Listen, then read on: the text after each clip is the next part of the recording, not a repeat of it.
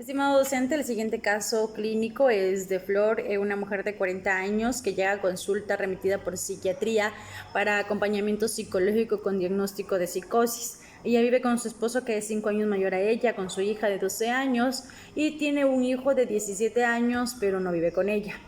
Tiene un matrimonio estable de más de 20 años. Al entrar en su primera entrevista, ella se ve silenciosa, responde solamente preguntas puntuales y al responder se manifiesta con lentitud extrema.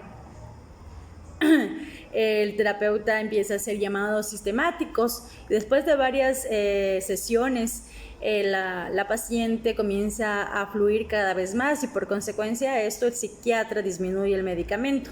La paciente narra la situación en la que perdió a su tercer hijo. Ella vio bañado en sangre cuando cayó al inodoro. Fue llevada inmediatamente al hospital por sus familiares. Señala que también tiene miedo por perder a su esposo, por la pérdida de su hijo, ya que ya no podrá volver a concebir por la edad que tiene y además de que era bastante deseado el bebé.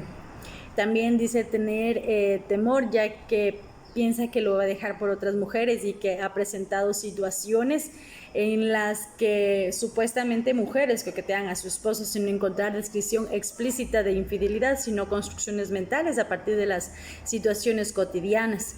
Dice tener miedo absolutamente de todo. En este lapso el proceso del lenguaje de Flor es más fluido, incluso ella no para de hablar y no escucha lo que el terapeuta manifiesta. En ese momento el profesional tiene que intervenir para que la paciente haga pausas en el momento de hablar y tenga interacción.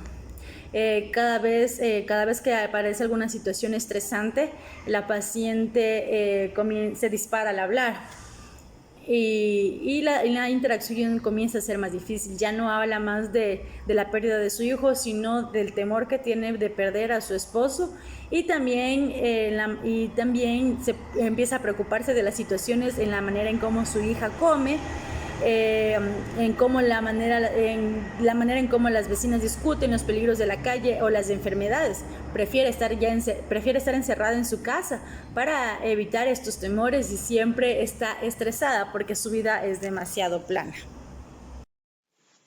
Después del análisis del caso y según los puntos críticos que presenta la paciente, como son temor al abandono, miedo excesivo al peligro, dependencia, preocupación excesiva por el cuidado de sus hijos, problemas para conciliar el sueño, exterioriza los problemas y la enfermedad, renuncia de sus propios intereses y actividades, angustia, temor a la pérdida, alerta e hipervigilancia.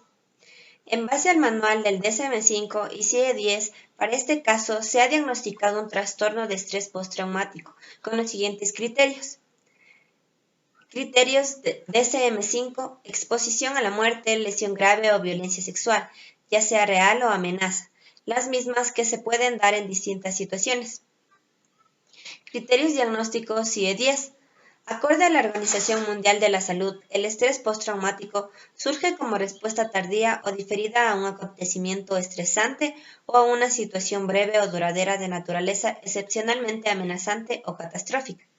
Las características típicas de este trastorno son episodios reiterados de volver a vivenciar el trauma en forma de reviviscencias o sueños que tienen lugar sobre un fondo persistente de una sensación de entumecimiento y embotamiento emocional, de falta de capacidad de respuesta al medio, de anedonia, evitación de actividades y situaciones evocadoras del trauma.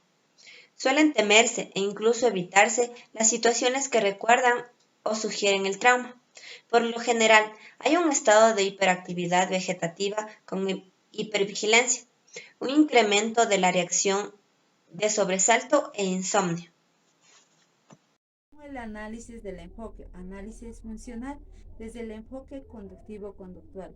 Conducta, miedo, estado de hipervigilancia, temores acompañados de conductas de evitación, elementos predisponentes, infertilidad, pérdida de su tercer hijo, miedo, estrés, rol materno afectado, elementos desencadenantes, percepción de otras mujeres en la vida del esposo, percepción de la vida sexual, miedo, elementos consecuencias, psicosis, inseguridad, deterioro de relaciones interpersonales y aislamiento.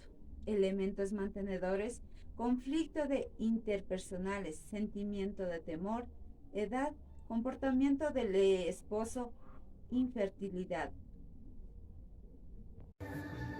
La paciente Flor se presume que llega con un trastorno de psicosis.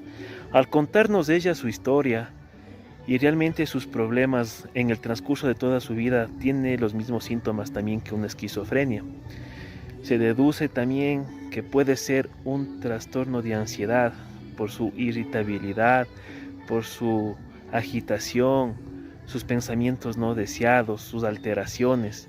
También un trastorno depresivo mayor por su excesiva depresión, su culpabilidad, su miedo.